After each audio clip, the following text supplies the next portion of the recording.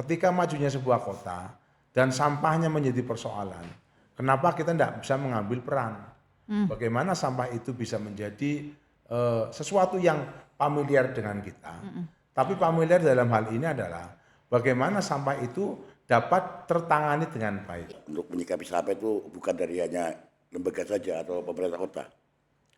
Ini ya dari warga Kota Tegal sendiri kami harapkan untuk kesadaran.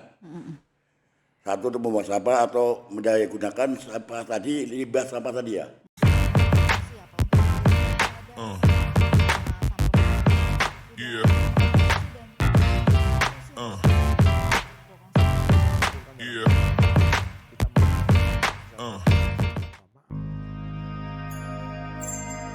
Assalamualaikum warahmatullahi wabarakatuh. Salam sejahtera. Podcast DPRD kembali hadir bersama saya Elok Melati.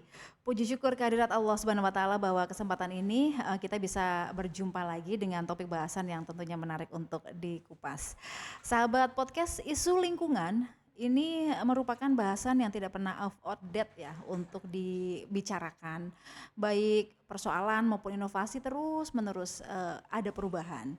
Masalah lingkungan yang trending di Kota Tegal itu ada dua, yaitu persampahan dan juga banjir.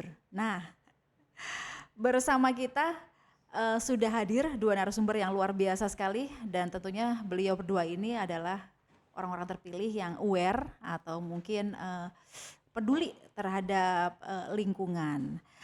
Yang akan kita tampilkan, kita hadirkan pada kesempatan ini yaitu Bapak Sutari SHMH dan juga Bapak Eko Patrio. Beliau berdua adalah anggota DPRD dari fraksi PDI Perjuangan periode 2019-2024. Selamat siang, Assalamualaikum Pak Eko dan Pak Tari. Selamat pagi menjelang siang. Wassalamualaikum warahmatullahi wabarakatuh. Iya, silakan Pak Tari dan juga Pak Eko bisa memperkenalkan diri bersama sahabat podcast secara langsung. Terima kasih, alhamdulillah kesempatan pagi siang hari ini saya bertemu dalam media podcast DPRD Kota Tegal. Tentunya merupakan sesuatu yang tak terhingga kami ucapkan karena merupakan kesempatan yang penting, yang utama bagi kami anggota DPRD untuk bisa menyampaikan apa sih pemahaman kita, apa sih harapan kita terkait dengan persoalan masalah lingkungan yang tadi disampaikan oleh host podcast pada kesempatan ini, masalah banjir dan masalah sampah. Bahwa saya sebagai anggota DPRD yang kebenaran saat ini merupakan kali yang keempat, tentunya saya harus memiliki konsentrasi pada persoalan bidang tugas-tugas saya. Iya. Tugas kami ada 3, yang pertama adalah pengawasan, yang kedua adalah budgeting, dan yang ketiga adalah legislasi. Tentunya dari ketiga itu tentunya saya mencoba ada konsentrasi unggulan dari pribadi saya dan juga harapan teman-teman anggota DPRD yang lain, sehingga saya mengambil tema pada kesempatan ini sesuai dengan materi ataupun hal yang selama ini saya geluti, saya maksimalkan pemahaman saya, yaitu persoalan lingkungan khususnya pada persoalan banjir dan persoalan sampah. Okay. Kenapa saya konsentrasi di situ? Karena bahwa persoalan banjir tentunya menjadi hal yang sangat selalu menjadi persoalan yang akan terus-menerus ada. Iya. Bahwa Tegal itu musibahnya itu banjir dan mungkin puting beliung. Iya. Karena ketika bicara bencana alam itu hanya banjir. Karena untuk musibah-musibah yang lain kita mungkin jarang. Karena tapi musibah yang rutin bisa kita pastikan dalam setiap tahunnya adalah banjir. Yang kedua persoalan sampah. Bahwa persoalan sampah menjadi persoalan yang sangat serius di Kota Tegal. Kita sangat sadar bahwa sampah itu tidak bisa dilepaskan daripada majunya sebuah kota. Iya, betul Pak. Daripada majunya sebuah kota. Karena tapi bahwa ketika majunya sebuah kota dan sampahnya menjadi persoalan, kenapa kita tidak bisa mengambil peran? Bagaimana sampah itu bisa menjadi sesuatu yang familiar dengan kita. Tapi familiar dalam hal ini adalah bagaimana sampah itu dapat tertangani dengan baik. Iya. Syukur-syukur dapat tertangani, juga dapat didaya gunakan. Iya. dapat dimanfaatkan dengan baik. Itulah menjadi hal yang sangat penting kenapa saya memilih dua hal, yaitu persoalan banjir dan persoalan sampah. Oke, ya. Kalau silakan Pak Eko bisa menyapa sahabat podcast dan sambil memperkenalkan diri, Pak. Terima kasih. Assalamualaikum warahmatullahi wabarakatuh. Waalaikumsalam. Merdeka. Merdeka. Saya Eko Patria Sumandi dari Dapil Tegal Timur atau Dapil 1 ya, dari fraksi PD Perjuangan. Terima kasih sahabat podcast. Untuk masalah persamaan tadi apa yang disampaikan oleh saudara kita dari Pak Tari tadi ya, untuk menyikapi sampah itu bukan dari hanya lembaga saja atau pemerintah kota.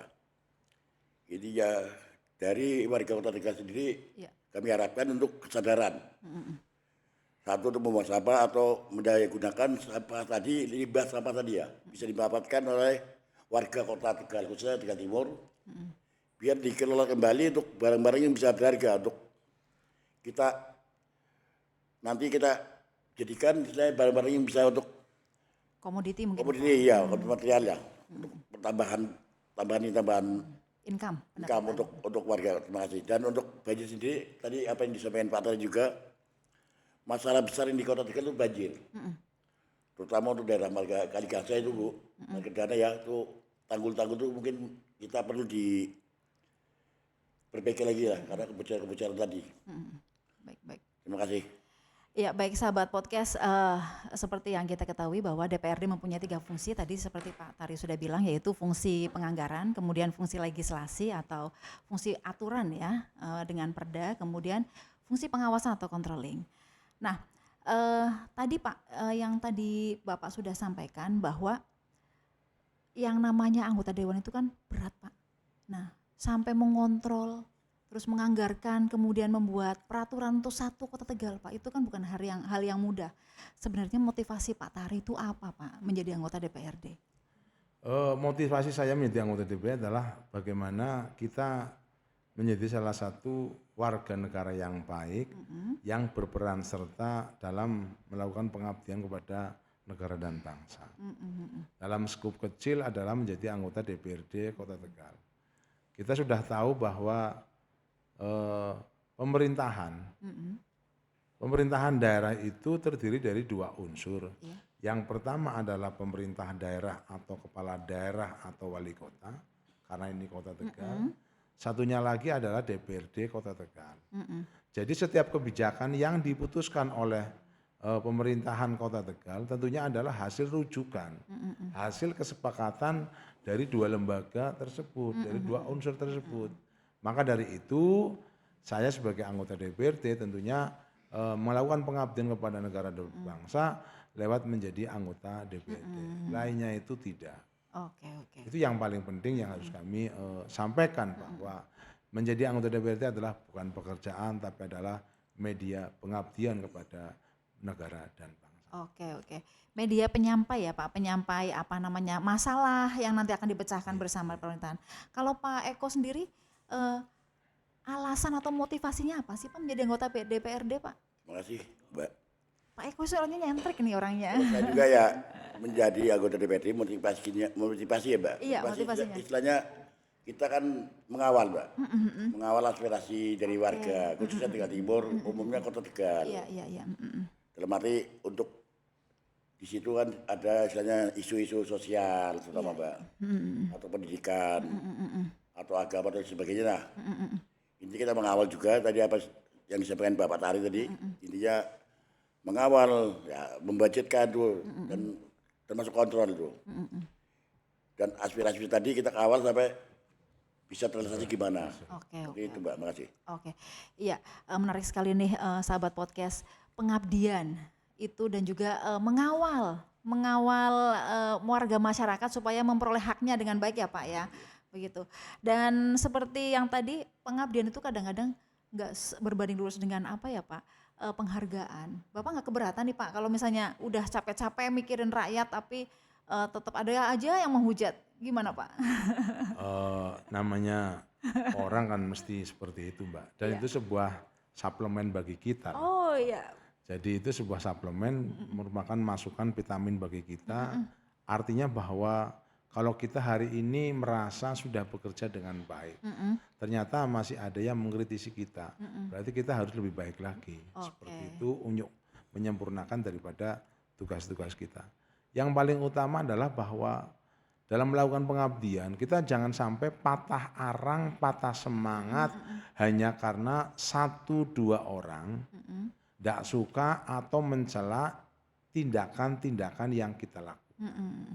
Yang penting-penting adalah bahwa ketika bicara pengabdian itu nggak ada batas, nggak ada batas waktu, nggak ada batas wilayah, nggak ada batas pada bidang maupun persoalan-persoalan tertentu. Karena anggota DPRD adalah benar-benar wakil rakyat. Bagaimana menjadi wakil dari masyarakat yang ada. Ibaratnya bahwa kami adalah para buruh. Mereka adalah majikannya. Rakyat itu adalah majikan kita. Sehingga ketika kita adalah tenaga kerja, kita adalah karyawan, karyawan akan bahagia ketika tugas-tugas perintah dari majikan, yaitu rakyat dalam hal ini, dapat kita laksanakan dengan baik dan memberikan manfaat kepada rakyat itu sendiri. Oke, ya luar biasa sekali nih. Betul. Kalau misalnya kritikan sebagai pemicu semangat ya Pak ya, itu luar biasa sekali. Kalau Pak Eko sendiri bagaimana Pak? Pak Eko itu kan berarti Pak Eko udah berapa periode Pak jadi anggota dewan Pak? Makasih. Saya jadi anggota dewan itu 2 periode Pak. 2 periode ya. Nah berarti mengalami kritikan juga dong Pak. Enggak selalu berbanding lurus Bapak, padahal maksudnya mengawal hak-hak rakyat, mengawal hak-hak masyarakat, tapi ternyata ada juga yang kurang puas. Bagaimana Pak? Terima kasih Pak. Kalau saya kritikan dari warga atau masyarakat Kota Tegal itu malah saya senang Pak. Berarti di situ kita masih ada kekurangan. Dan kritikan tadi menjadi motivasi untuk kita lebih baik lagi. Intinya kalau kita dikritik sama warga atau sama konstituen, berarti dia masih menganggap kita. Iya, kehadirannya dirasakan berarti ya Pak. Iya. Kalau sudah mengkritik berarti kita sudah nggak ada napas. Iya. Gitu. Terima kasih Mbak. Oke, nah Pak Tari, kalau misalnya persoalan persampahan nih Pak di Kota Tegal ini kan kayaknya penghasil sampah terbesar ya Pak dari 3 daerah, yaitu daerah Brebes, Tegal, Kabupaten Tegal. Kayaknya kita tuh penghasil sampah, Kota Tegal itu penghasil sampah terbesar. Nah dalam hal tadi tiga fungsi Bapak sebagai anggota DPR, yaitu legislasi, penganggaran, kemudian juga controlling. Menurut Bapak ini secara aturan, secara penganggaran dan juga secara pengawasan Bapak mengawasi jalannya pemerintahan, masalah persampahan ini sudah maksimal dilaksanakan oleh pemerintah Kota Tegal atau tidak Pak? Belum ya Pak ya? Jadi kalau bicara Tegal merupakan produsen terbesar ya enggak juga lah. Oh enggak juga ya Pak? Mungkin kalau dilihat dari kota di Jawa Tengah mungkin termasuk salah satu yang tinggi-tinggi lah. Yang Tapi tinggi. kita yang tertinggi enggak lah. Karena kalau bicara luasan kita juga enggak seluas Kabupaten Tegal maupun Kabupaten Brebes. Tapi bahwa persoalan sampah sekecil apapun tetap harus kita konsentrasi untuk melakukan penanganan. Penanganan itu kan banyak hal lah. Kita bisa mengolah itu dengan berbagai macam cara. Jadi ada penanganan, ada pengolahan. Artinya bahwa penanganan sampah ada yang menggunakan saat ini gini. Jadi kalau tadi sudah maksimal atau belum, saya katakan belum. Ya Pak. Karena kalau bicara regulasi, sebenarnya sudah ada beberapa regulasi yang kita tetapkan sebagai bagian daripada upaya penanganan maupun pengelolaan sampah. Salah satunya adalah pengelolaan sampah rumah tangga. Itu sudah ada. Terus juga perlindungan terhadap lingkungan hidup. Itu juga salah satunya adalah konsentrasi dalam penanganan lingkungan hidup dalam konteks bagaimana sampah itu mampu terjaga, mampu mendorong terjaganya persoalan lingkungan hidup atau tidak. Sebenarnya banyak, tinggal kita langkah-langkah kita. Ada satu hal yang sangat memang menjadi persoalan, yaitu adalah minimnya anggaran. Iya Pak. Minimnya anggaran dalam penanganan maupun pengelolaan sampah. Sebenarnya itu bisa dicarikan solusi ketika pemerintah daerah, pemerintah kota dalam hal ini mampu menyusun sebuah prioritas. Mampu menyusun sebuah prioritas. Tentunya dengan prioritas itu sampah menjadi prioritas yang pertama. Bukan pada persoalan lain. bukan pada persoalan pencitraan sebuah daerah, tapi bahwa sampah adalah layanan kepada masyarakat. Penanganan sampah, pengelolaan sampah adalah pelayanan kepada masyarakat. Jadi salah satu layanan kepada masyarakat ketika majunya sebuah kota diimbangi dengan persoalan sampah. Ketika persoalan sampah, kita punya kewajiban sebagai pemerintah daerah melakukan pelayanan terhadap pengelolaan sampah. Jadi kalau sampah belum maksimal, penanganannya berarti pelayanan sampah kepada masyarakat itu juga belum maksimal. Iya. Salah satu kendala terkait dengan masalah Anggaran tadi. anggaran. Ketika persoalan anggaran sudah bisa ditangani dengan ketika menyusun sebuah prioritas. Nah, inilah yang jadi persoalan ke depan. Sejauh mana pemerintah daerah, pemerintah kota mampu menyusun skala prioritas pada belanja APBD. Iya, jadi kapan itu sampah bisa diprioritaskan gitu ya Pak ya? Hari ini kalau kita lihat sampah di kota ya. Boleh saya cerita? Iya, Sampah silakan. Hari ini kita memiliki TPA sementara yang ada di Jalan Mataram, Jalingkut. Ya, yang pinggir jalan itu Yang kan Pak. pinggir jalan. Terbuka. Kalau iya seperti terbuka itu. sekali. Itu dengan sistem open dumping. Open dumping itu berarti penyimpanan sampah, pengelolaan sampah hanya dengan cara menumpuk, membuat gunungan-gunungan sampah. Itu dengan cara open dumping.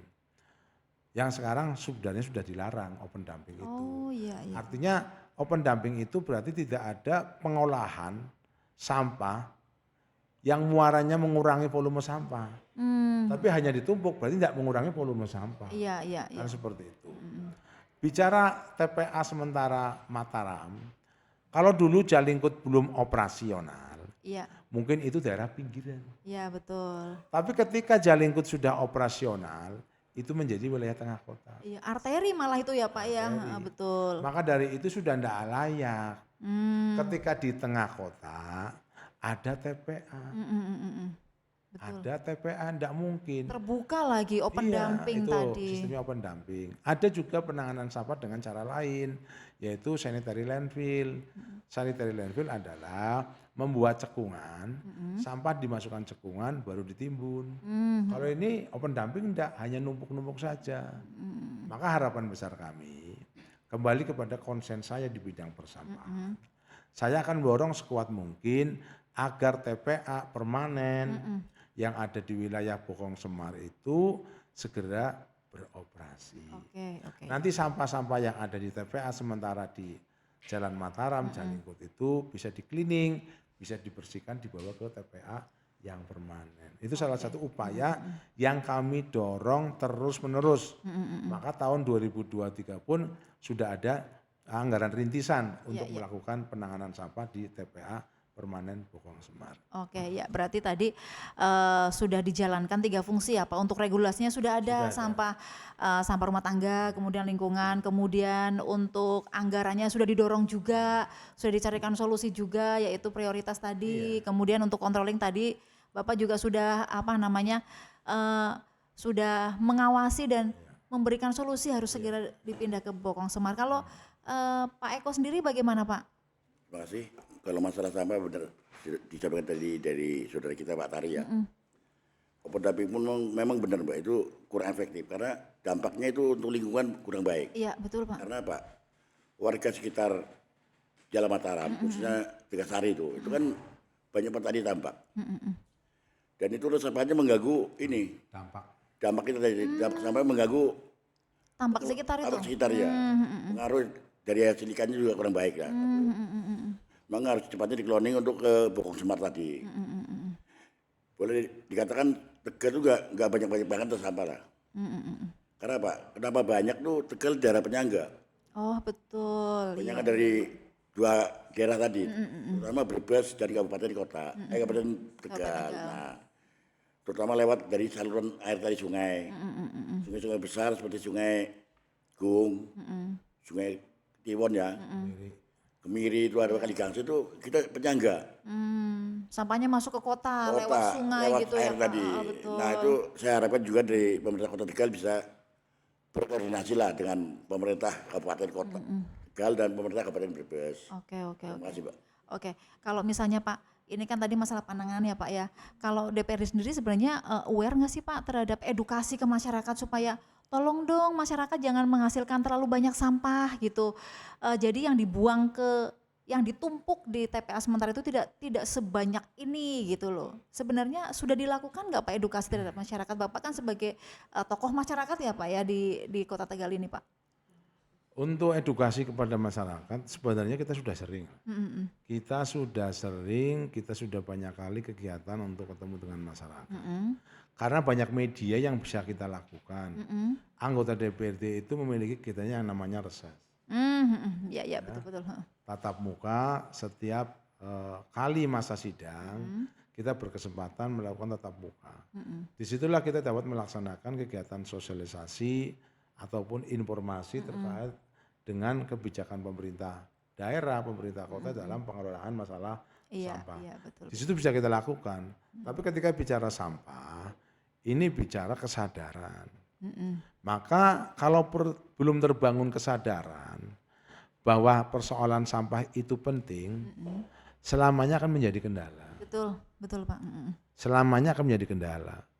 Paling sederhana, apakah kita pribadi sebagai satu orang memastikan setiap hari membuang sampah pada tempatnya atau tidak? Setiap hari, setiap saat. Iya. Betul. Ya. Kesadaran ya Pak. Iya, kesadaran. Jadi kalau bisa sudah dapat mengurangi sampah daripada sumber sampah. Iya. Paling sederhana lah.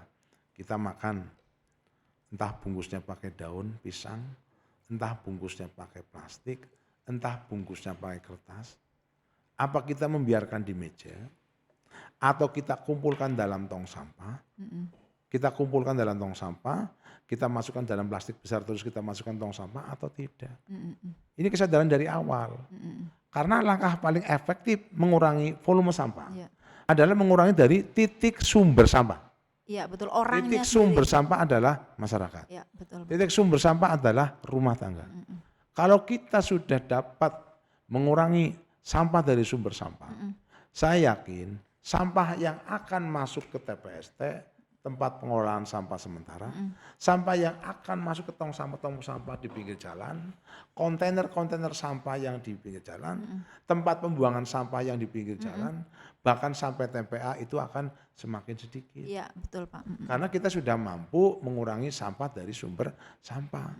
Yang kedua, ini yang hari ini tumbuh, yang saya juga apresiasi adalah dengan semakin banyaknya bank sampah Pak Eko. Iya. Alhamdulillah bank sampah sudah semakin, kalau tidak salah hari ini perhitungan kita sekitar 17 atau 21 Kota Tegal memiliki bank sampah. Bank sampah ya Pak. Yang jelas di atas 10 lah.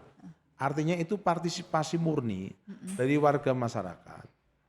Jadi mereka melakukan pemberdayaan masyarakat untuk mengurangi sampah sebelum nyampe ke TPA. Iya betul. Memilah ya Pak. Bank sampah itu akan memilah. Memilah sampah baik yang berasal bahannya dari plastik, dari kertas, dari pecahan beling maupun bahan beling ataupun juga lainnya. Sehingga yang barang-barang seperti itu tidak nyampe ke TPA. Karena akan disaring, difilter di bank sampah itu dan bisa dapat didaya gunakan. Betul, ada Pak. yang bisa dijual menghasilkan uang. Bahkan banyaknya hari ini adalah sampah untuk nabung emas. Oh iya Pak. Betul, sampah untuk nabung emas. Jadi seberapa besar pun perolehan sampah dihargai. Dapatnya 5.000, dapatnya 20.000, itu akan ditukar di kurs dengan harga emas. Entah dapatnya 0,00 sekian, tapi itu. Itu sudah mulai tumbuh secara mandiri pada pokmas-pokmas, yaitu kelompok-kelompok masyarakat yang ada. Itu saya apresiasi. Karena hari ini bicara sampah sebenarnya kalau bicara infrastruktur untuk pengelolaan sampah sudah banyak. Hari ini ada yang namanya tempat pengelolaan sampah sementara atau kita kenal TPST. Dari 27 kelurahan yang sudah memiliki ada 21 kelurahan. Berarti sudah banyak ya Pak ya? Sudah banyak, sudah lebih dari 70% saya katakan seperti itu. Akan tetapi apakah TPST yang ada yang dibangun di tiap kelurahan itu sudah efektif dalam operasionalnya? Nah, itu. Ini yang jadi catatan kami. Iya. Kita lihat semuanya belum maksimal. Jadi pertanyaan awal, apakah sudah maksimal? Belum. Maksimal. Karena salah satu indikator infrastrukturnya ada, tapi pengelolaan sampah di TPST itu belum maksimal. Oke. Saya yakin kalau pengelolaan TPST sudah maksimal, akan terkurangi sisa residu sampah yang akan nyampe ke tempat pembuangan. Iya. Mengurangi volume sampah juga ya Pak ya di Karena itu. sudah dikurangi dari proses di bank sampah ada, di TPST ada, belum di rumah tangga sebagai sumber awal. Oke, iya. Kalau Pak Eko sendiri Pak, mungkin ada tambahan Pak untuk tadi yang Pak Sutari katakan? Terima kasih Mbak. Untuk bank sampah memang tadi apa sampaikan kan sama Pak Tari itu memang belum maksimal. Karena kita juga di Komisi 3 ini bareng Pak Tari mengenai sampah tadi. Saya menyampaikan ini Mbak, memberi dia saran pada masyarakat juga supaya tadi kalau bisa mengurangi sampah plastik.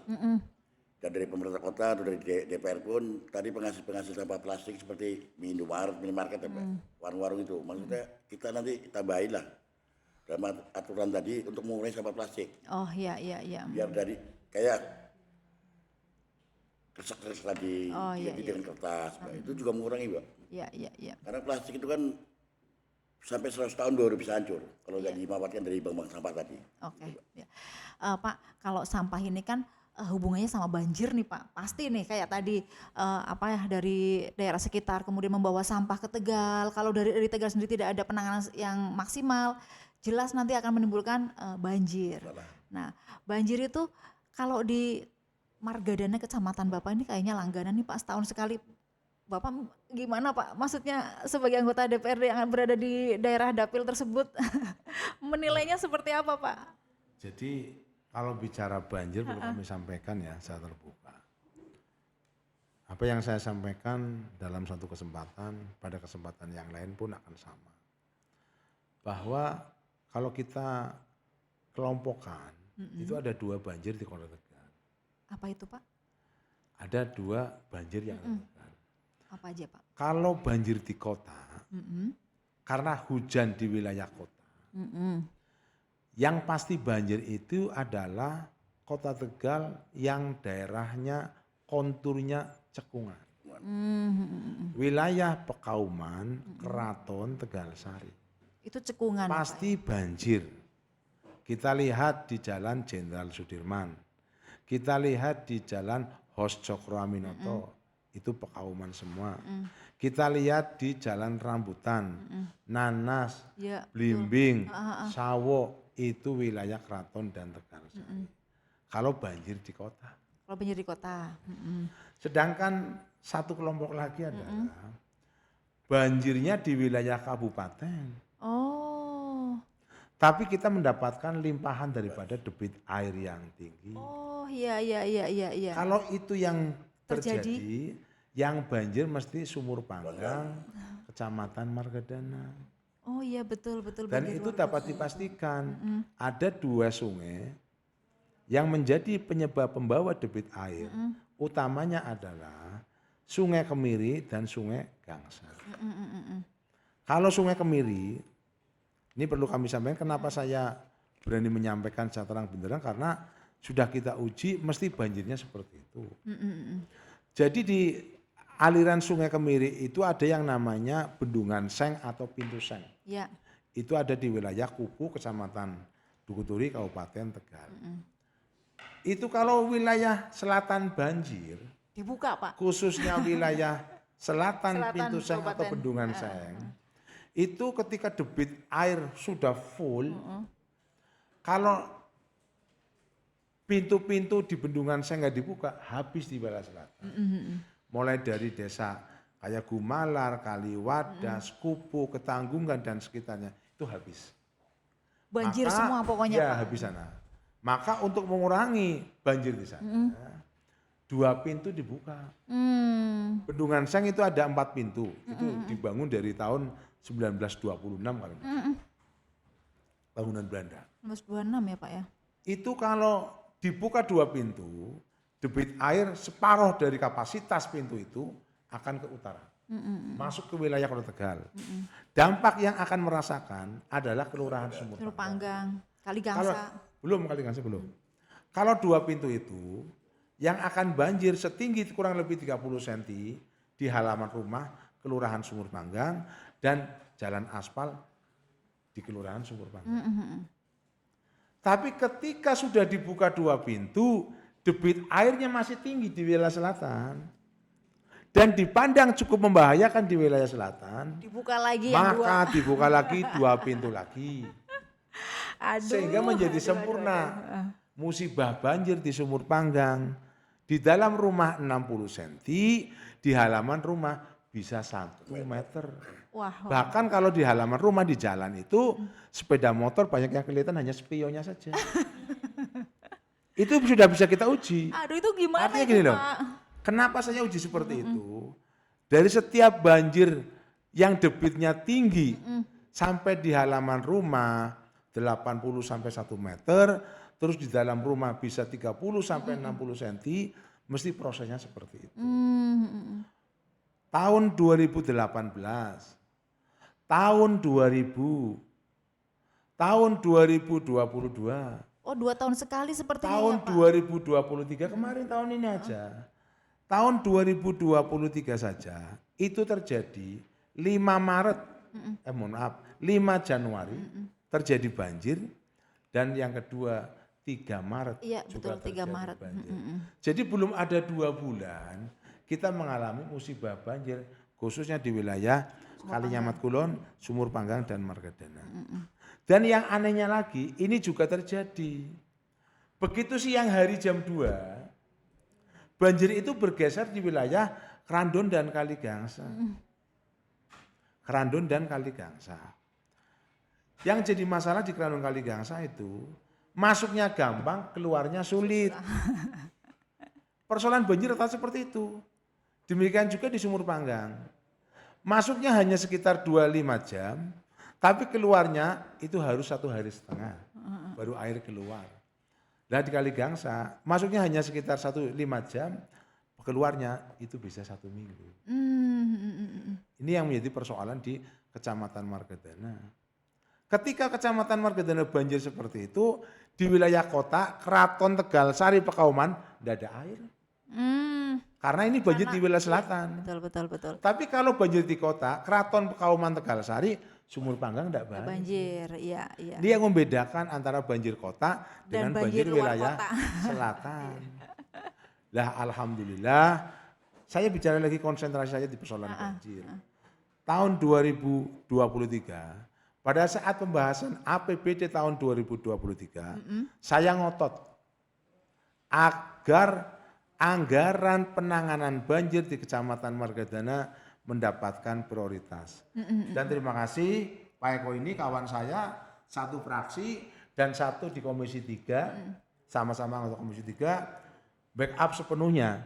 Dan juga teman-teman Komisi 3 yang lain backup sepenuhnya. Sehingga tahun 2023 untuk penanganan banjir di Kaligangsa dan Sumur Panggang dapat dianggarkan 5 miliar. Alhamdulillah, ya luar biasa ya Pak. Apa saja yang ingin diketahui oleh masyarakat, kegiatan itu adalah yang pertama di Sumur Panggang 2,5 miliar dan di Kaligangsa kurang lebih sekitar 2,3 miliar. Untuk apa saja? Untuk apa Tadi aja? saya cerita, banjir itu masuknya cepat, keluarnya lambat. Iya. Baik di Kaligangsa maupun di Sumur Panggang. Maka dari itu, Sumur Panggang harus dipercepat keluarnya air. Berarti mengurangi lamanya genangan. Iya. Akhirnya kita sepakat bahwa di Sumur Panggang perlu dibangun kolam pompa. Betul. Ya, Jadi nanti pompa, kolam pompa itu dibangun pada cekungan terendah. Sehingga debit air akan ngumpul di situ, kita sedot pakai pompa. Kapasitas pompa itu adalah 200 liter per detik tiap mesin. Kita pasang 2 mesin pompa. Oke. Sehingga dalam setiap detik akan tersalurkan lewat pompa pipa nanti kurang lebih sekitar 500 liter per detik. Berarti berapa jam untuk menyurutkan? Sehingga kalau di Menurut Sumur hitung-hitungannya Panggang, Bapak tadi. perhitungan kami, kalau biasanya banjir hari ini di Sumur Panggang itu akan berkurang mulai jam 1, mulai jam 2. Tapi dengan kolam sampai jam 2 karena itu keluarnya menggunakan pintu alami. Artinya hanya pintu-pintu di sepanjang tanggul Kali Kemiri yang hari ini banyak yang rusak kondisi pintunya. Sehingga kadang debit air Kemiri sudah turun, sepanjang sungai Kemiri sudah turun tapi kok air tidak keluar-keluar. Karena kita hanya mengandalkan pintu air secara alami saja. Sedangkan nanti akan kita bantu dengan pompa yang ada pada kolamnya sudah kita siapkan. Saya yakin sebelum zuhur, sebelum jam 12 siang air itu sudah habis. Berarti kira-kira berapa jam dari mulai air naik, Pak? Berarti kalau air titik terendah itu sekitar jam 2 jam 3. Artinya 8 jam sudah bisa hilang. Oke, ya.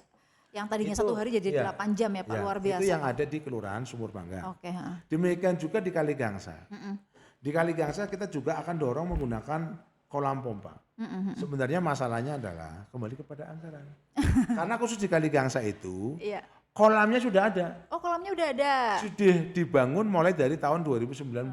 Pompanya belum ada. Dan ini berbarengan dengan penanganan di Sumur Panggang. Kita akan sama-sama beli pompa untuk mengatasi banjir di Kaligangsa.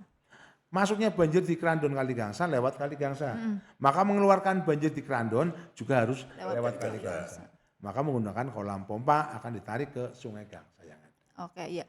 Ini bisa yang tadinya 1 minggu bisa mengurangi jadi berapa jam atau berapa hari Pak surutnya? Saya yakin dengan menggunakan kolam pompa yang ada, banjir di wilayah Kaligangsa yang biasanya kita menggunakan pengeluaran banjir secara alamiah, secara alami manual saja, saya yakin akan mengurangi waktu atau lamanya hari tergenang di wilayah Kaligangsa dan Krandon.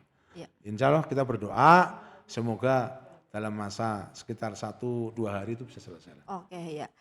Baik, kalau Pak Eko sendiri tadi Pak banjir dalam kota ini kan Pak Sutadi spesialisasi tadi menjelaskan banjir luar kota ya Pak ya. Kalau Pak Eko banjir dalam kota termasuk tadi yang banjir dalam kota loh Pak, Tegal Sari itu. Tegal Sari itu termasuk dalam kota karena Pak, daerah cekungan tadi memang ya. Kemudian Kemandungan juga tadi. Kendala juga gini Mbak, kendalanya dari banjir rob juga sih Mbak. Kalau debit air itu penuh dan ini laut lagi rob, memang keluarnya agak sulit karena Pak, dari drainase tadi dulunya itu kurang connect loh, itu permasalahannya. Dan sungai itu, Sungai Siwatu itu juga kan posisinya agak tinggi dari daerah keraton tadi, Jalan Rambutan ada itu. Nah permasalahannya ini dari dinas juga, dari aliran tadi sudah dinormalisasi untuk Sungai Siwatu tadi. Iya. Dan pintu-pintu air untuk daerah utara itu sementara sudah diperbaiki dari dinas, alhamdulillah ya untuk mengurangi banjir tadi daerah kota tadi. Oke. Kalau banjir dalam kota itu biasanya lebih cepat surut ya Pak daripada banjir luar kota tadi yang di daerah selatan tadi ya Pak ya.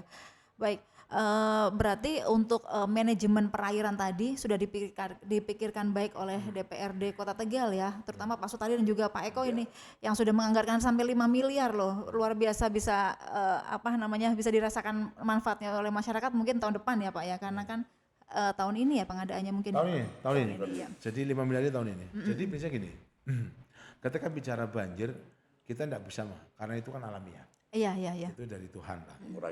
Bahwa banjir itu tidak bisa kita tahan lah. Karena itu sangat alamiah. Seperti bencana-bencana alam yang lain. Tapi kita bagaimana mampu mengendalikan daripada bencana alam itu tadi. Iya. Ketika Tegal dapatnya banjir, kita bagaimana mampu mengendalikan banjir tersebut. Yang tadinya sudah berhari-hari, sudah berjam-jam, kita bisa mempercepat keluarnya. Salah satu yang utama adalah baik di kota maupun di banjir kota maupun banjir wilayah selatan. Itu yang kami sarankan kepada masyarakat agar kita bangun tanggung jawab kita, care kita, rasa kepedulian kita terhadap persoalan wilayah kita. Kita jangan berpikir bahwa rumah saya tidak terkena banjir. Kita jangan berpikir bahwa tempat saya ini lebih tinggi dibandingkan dengan tetangga yang lain. Karena kita pun akan jalan melewati wilayah tetangga yang tentunya akan kena banjir juga. Iya, betul. Jadi kita ada egois bahwa kita semua butuh hidup yang nyaman. Iya. Maka dari itu ayo kita pelihara lingkungan kita dengan kerja bakti bersama-sama. Kita pastikan tidak ada saluran yang mampet. Kita pastikan bahwa saluran-saluran pembawa itu bisa lancar menuju ke saluran akhir. Oke, Itulah beberapa hal yang harus kami sampaikan. Bangun kesadaran, jagalah kebersihan, hilangkan sampah-sampah yang mampet di saluran-saluran yang ada. Kembali, kalau sudah berangkat dari lingkungan rumah tangga, dari saluran rumah tangga yang got, kecil, got yang agak besar, sudah mampu kita bersihkan, saya yakin banjir itu bisa dapat kita kurangi lama genangannya. Baik sahabat podcast DPRD, tadi telah dijelaskan secara panjang lebar tentang persampahan dan juga perbanjiran atau banjir, bahwa kita tuh memang sebenarnya harus bersahabat dengan banjir, karena banjir bukan sesuatu yang sebenarnya bisa diatasi secara tuntas, karena memang terdiri dari dua, yaitu banjir dalam kota dan banjir dari daerah selatan. Kita akan menyimak closing statement dari Bapak Sutari SHMH dan juga Bapak Eko Patrio. Pak Sutari, silakan Bapak bisa closing statement sebelum kita mengakhiri acara podcast. Terima kasih. Jadi yang pertama terkait dengan masalah banjir. Jadi hari ini persoalan banjir sekali lagi tidak bisa kita tahan karena pasti itu terjadi. Iya. Banjir kota karena hujan, banjir wilayah selatan karena kiriman. Ya kiriman dari selatan juga karena hujan. Kita yang paling bisa adalah bagaimana mensiasati, mengendalikan daripada banjir-banjir tersebut. Agar banjir tersebut tidak menjadi persoalan yang lama. Iya. Menjadi persoalan yang merugikan kita dalam waktu yang lama. Tapi bagaimana banjir itu dapat teratasi sehingga cepat surut, kita bisa beraktivitas kembali, kita bisa melaksanakan kegiatan-kegiatan positif lainnya. Oke. Salah satu utamanya adalah ketika bicara banjir di Kota Tegal, kami mohon kepada pemerintah kota agar segera menyusun sebuah roadmap ataupun master plan bagi penanganan banjir di Kota Tegal. Oke. Karena Komisi 3 pun akan mendorong. Saya pribadi sebagai anggota Komisi 3 akan menawarkan sebuah regulasi daerah. Iya. Sebuah aturan daerah, yaitu legislasi terkait dengan persoalan yang muaranya dapat digunakan untuk mengatasi banjir. Oke. Saya akan mendorong sebuah perda inisiatif, perda haknya DPRD di bidang legislasi, yaitu perda inisiatif dengan judul pengelolaan drainase Kota Tegal. Oke, iya. Saya akan tawarkan kepada Komisi 3, teman-teman yang lain agar dapat menyetujui regulasi yang saya usulkan. Iya. Sehingga dengan adanya regulasi tentang pengelolaan drainase Kota Tegal itu nanti akan menjawab kebutuhan daripada penanganan banjir. Iya. Dan penanganan banjir nanti tidak parsial lagi. Satu titik diatasi, banjirnya pindah ke titik yang lain. Iya. Satu kelurahan diatasi banjir, pindah ke kelurahan yang lain. Satu wilayah diatasi banjirnya, pindah ke wilayah lain. Dengan adanya master plan itu, dengan adanya perda pengelolaan drainase Kota Tegal itu nanti akan menjadi salah satu guidance bagi penanganan, pengelolaan, penanganan banjir maupun penanganan pembangunan daripada drainase yang ada. Oke, Itu yang pertama terkait dengan masalah banjir. Yang kedua terkait dengan masalah sampah.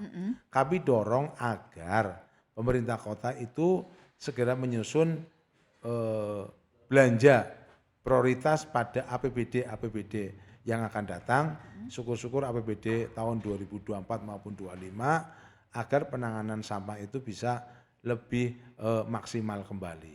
Iya. Yang kedua, maksimalkan peran dan fungsi daripada TPST yang ada. Oke. Yang ketiga, kita bangun lebih kuat lagi upaya mandiri dari masyarakat lewat bank sampah yang ada, kita support mereka lewat fasilitas maupun ruang sarana prasarana yang ada, sehingga peran mereka itu akan lebih memadai kembali dan akan lebih merata, khususnya bagi wilayah-wilayah yang belum ada bank sampahnya, sehingga wujud mandiri dari masyarakat terkait dengan pemberdayaan warga terkait dengan penanganan sampah dapat terwujud secara semesta di wilayah Kota Tegal. Itu saja mungkin dua hal yang bisa kami sampaikan. Terima kasih. Assalamualaikum warahmatullahi wabarakatuh. Saya juga ucapkan selamat kepada sahabat-sahabat podcast juga. Hari ini kami dari DPRD Tegal dapat menyampaikan gambaran pemahaman kami dan juga harapan-harapan kami, apa yang bisa kita sampaikan dalam kegiatan podcast guna menunjang kegiatan ataupun aktivitas kami terutama yang bermanfaat kepada masyarakat. Terima kasih. Assalamualaikum warahmatullahi wabarakatuh. Iya. Assalamualaikum warahmatullahi wabarakatuh. Kalau Pak Eko belum ini closing statementnya dari Pak Eko. Silakan Pak Eko untuk mengenai masalah tadi persampahan dan juga banjir, Pak. Silakan Pak. Terima kasih Mbak. Kalau saya itu hanya menyampaikan kepada teman-teman, khususnya warga Kota Tegal ya. Iya. Satu, untuk kesadaran membuang sampah tadi. Karena apa? Sampah itu tidak lepas dari banjir tadi, air. Nah, itu selalu berhubungan, Mbak. Dan intinya kan di sini antara sampah dan banjir itu harus kita kendalikan lah. Sampah juga dikendalikan. Kita untuk harus habisi nggak bisa. Karena apa? Kesadaran tadi juga. Jangan buang sampah sembarangan di selokan-selokan apalagi, Mbak ya. Iya. Tadi apa disampaikan oleh saudara kita Bapak Tari itu memang penganggaran tadi sudah berjalan, Mbak. Cuma belum seefektif mungkin. Tadi perdatanya di anggota Komisi 3 Bapak Tari itu mungkin lebih, nanti begitu dianggarkan diperdakan mungkin lebih efektif lagi untuk mengurangi banjir dan kendali sampah tadi. Makasih Mbak. Baik. Ya, sahabat podcast, demikian bincang-bincang kita dengan Bapak Sutari SHMH dan juga Bapak Eko Patrio dari fraksi PDI Perjuangan periode 2019-2024 dengan topik yang sangat menarik yaitu banjir dan juga persampahan. Kita akan bertemu lagi di podcast DPRD selanjutnya dengan tema yang lebih menarik lagi. Saya Elok Melati, sampai jumpa. Wassalamualaikum warahmatullahi wabarakatuh. Waalaikumsalam warahmatullahi wabarakatuh.